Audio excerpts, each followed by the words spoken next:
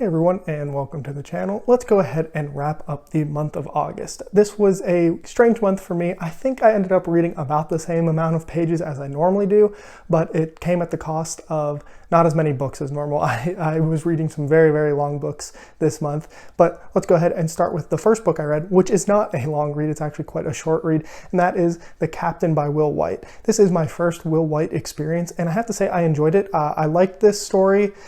I'm very curious on where it's going to go as the series progresses along. I will say the thing that I think this book did the most for me is it made me really excited to read Cradle, another Will White series.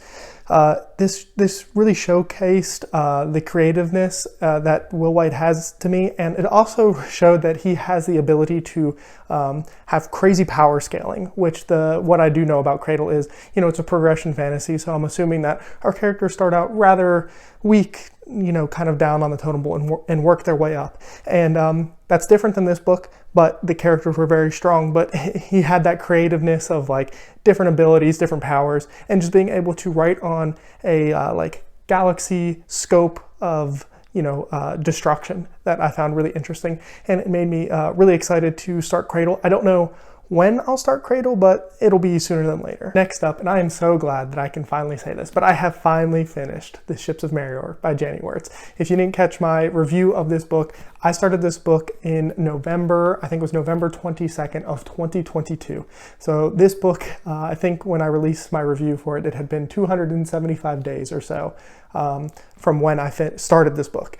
And I'm so glad that I can finally say it. And I'm also really glad to say that I really liked this book. I will say there were definitely some parts of it that drug for me, but the characters in this book just ended up really endearing themselves to me to the point where, I'm just kind of really falling in love with this world, and I am, I'm really glad that happened. I liked the first book. I gave it 3 stars, over a year ago at this point, and I wasn't sure going into this book if this was going to be a series I continued with. This is an 11-book series, and I have the next one, so this wasn't going to be 100% make and break it for me. But if I hadn't enjoyed this book, then I don't think I would have even bothered with the third one. And I will say the first 150 pages of this, I was really questioning my decision on if I wanted to read it. And I'm really glad that I stuck through it. This isn't going to be a book for everybody. The prose in it is not going to be for everybody. I had somebody ask me on that review if I think it's worth it. And it's really hard to recommend, because if the prose works for you, you are going to absolutely adore that aspect of this book. And if you don't like it, it is going to feel like nails on a chalkboard trying to deal with that, because that is such a huge aspect of the writing of this book. So overall, it started to work for me. I'm still not the biggest fan of the prose. I think I can appreciate it. It's not always what I want to read. And so this series is definitely a mood read for me. I definitely have to be in the mood for it. This is not a book that I would ever be able to sit down and just say, I'm going to read this no matter what. And, that's just is what it is with this book. But overall, I'm really glad that I can finally say that I'm done with it. And The Ships of Marior is actually the only other book that I finished this month. I did finish a manga series, so I'll get to that a little bit later on in this review. But I will go ahead and give slight updates to some of the other reads and show why. Page-wise, same, probably similar amount, but book-wise, a little bit less. I am still making my way through Oathbringer, which is a huge book. You can see I'm there, what is that? I'm page 900 something. I'm getting close to page 1,000. I am listening to the audio version of this. I do expect that I will be able to finish this. I'll probably end up finishing it Friday, which is September 1st. I'm filming this on the 28th, just to give you an idea. I think this will probably be a book I end up finishing on like the 1st of September, just if I had to guess. And so far, this is not Words of Radiance. I really loved Words of Radiance. This is still a really good fantasy book for me. I have really enjoyed it. Right now, it's sitting at a 4-star with, a decent chunk of it still left to go that maybe it can get itself up there. Part of it is, and I don't want to say too much because a lot of this will go into my review, is the flashbacks just aren't hitting me as hard as I thought they would. I really do like the character that gets flashbacks in this, and they're just not hitting.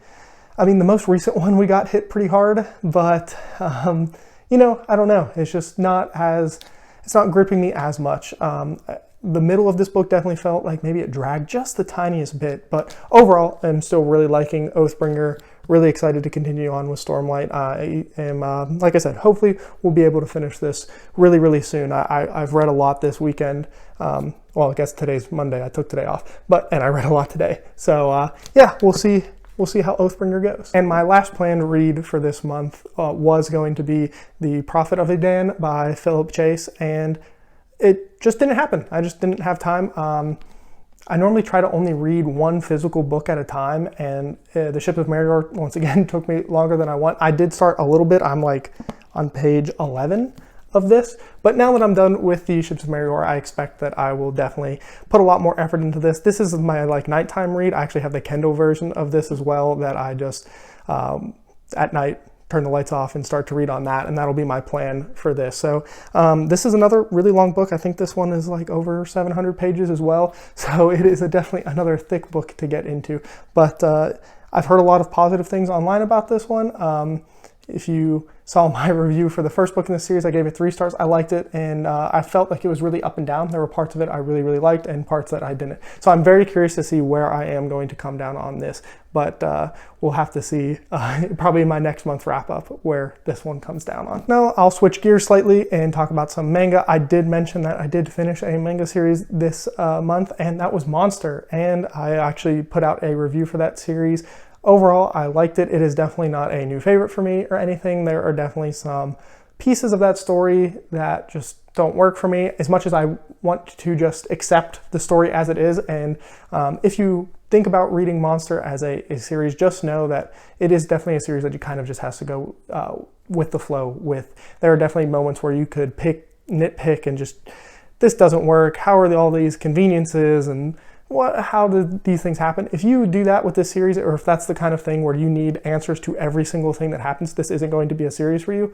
But if you can overlook some of those things and want to figure out what the mystery that is going on is, which is really what kept me going, I think it is overall a pretty good series. I know some people absolutely love it, and they think some of the thematic work that happens in that series is just like next level. And while I agree that some of the thematic work is really, really good, and that good, evil, what is good, what is evil, thematic work that happens in the series is really good. There's definitely problems with the series that I think a lot of people, it's going to be divisive on if they like it or not. Let's see, next I am still reading One Piece, and I did a video for that recently. I am just getting to a really important arc that a lot of people tell me is some of the best of One Piece, so I'm excited to get to that. I am still making my way through Black Clover, which feels like it is very, very close to the end at this point, which for me is good. I think the past couple chapters, 15 or so, have been much better. I think that series hit a big lull. I think I've said this in every wrap-up, but there was a 50 or 60 chapter chunk where I just was like, man, can we get over with this already? I'm still reading through My Hero, and yeah, that series has been amazing. I do want to say that chapter, 396, it was one of my favorite chapters that I have read in that entire series. It was just, man, it had some character. It had a character doing something that I had wanted more out of this character for a really long time, and the fact that we are finally getting it, man, it gives me chills thinking about it. I'm very happy that is happening, and I'm actually like 2 chapters behind since I've read that, so I'll probably read those tonight and get caught up on what's going on there. Let's see, Boruto is still on hiatus. I think the time skip is still going on there, so we'll see. I think I've seen some leaks, and people were roasting the art, so we'll see what's going on with that. I'm gonna keep reading that series. I'm kind of giving it the Star Wars treatment when I finally started to fall out of love with Star Wars, where I kept pushing through, hoping it would get better, and it never did. And I think Boruto might be there, but we'll see. I'm gonna have to finish it out because I love Naruto, and Shippuden is great, and it's just one of those series where I have got to see what happens. Speaking of series that I just have nostalgia for, I am currently still slowly reading through Dragon Ball Z. I don't know if I've ever read all of Dragon Ball Z. I definitely watched the TV show. So, Goku and everybody has a special place in my heart. Super nostalgic, coming home, catching episodes after school. I think a lot of people my age can relate to that. And I have still not read any of Vinland Saga or Berserk. There are chapters out that I just haven't gotten to. Don't know why. I guess I just haven't, you know, I'm very sporadic when it comes to reading manga. And recently, because I was following a read-along for Monster and I'm trying to get further into One Piece, I have just kind of put Vinland Saga and Berserk on the back burner because I feel like I'm far ahead of that series for people who aren't, you know, reading up to date, if you know what I mean. So that's kind of where my manga energy has gone to.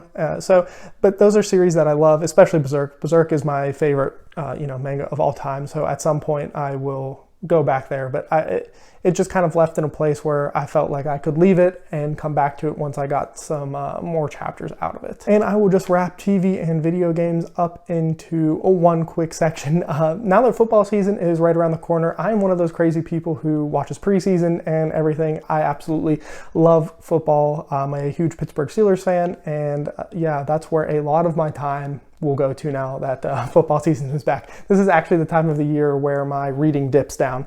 I lose out on some reading time so that I can watch football, and that's a trade-off I am more than willing to make because football is just, you know, something I love. I always have. I played it, you know, growing up all the way through high school, and yeah, it's just, you know, something that I really, really enjoy. And the only other TV I have been watching is Buffy the Vampire Slayer with my girlfriend. We are slowly making our way through that series. And video game wise, I have not played like any video games recently. So just one of those things that, you know, if I have time, it gets some, but I haven't really had any extra time to dedicate to that. So I haven't played anything. And my last section here is to shout out some authors who reached out to me. This is no way a sponsorship or anything like that, not getting paid, anything like that. But, you know, I always want to be able to help out indie authors or, you know, any author who wants help, because, you know, without authors, I don't have stories to read, and that would suck because I'm definitely not a writer. So first up, I want to shout out Cam Irvin, and his book is Gilded Kingdom Seventh Born. It's a low fantasy / historical fiction novel in the vein of Bernard Cornwell and Guy Gavriel Kay. In a few words, he would describe it as a Song of Ice and Fire, but without dragons. So if that sounds interesting to you, I will have some links in the description to check that out. And the other one is Joshua Hersey, and a quick synopsis of his book is: an orphan and rumored witch named Maybelle fights to end the darkness that enslaves her kingdom. And for some reason, I forgot to write down the title of his book, so I will put that up on the screen along with the cover art, and I will try to have links to that in the description as well. So yeah, if you're an aspiring author or have you know, a book you would like to see a shout out in one of my wrap-ups, my email is in the description as well, and you can reach out to me there. But that was my month of August. I don't think I'm forgetting anything. Normally I finish recording this and I'm like, oh, I forgot to mention something big. So I don't think I'm doing that this month around, but we'll see. But let me know about your month down in the comments below. I'd love to see what you read. Let me know what your book of the month is. And I guess that is the one thing I forgot. I didn't put a book of the month, and I guess would have to be The Ships of Marior by Jenny Wirtz, because I only finished those two. It wouldn't be Monster if we were going to count manga, and it wouldn't be The Captain by Will White either. So congratulations to Jenny Wirtz and The Ships of Marior for being my book of the month of August. But once again, let me know yours down below in the comments, and as always, have a good one.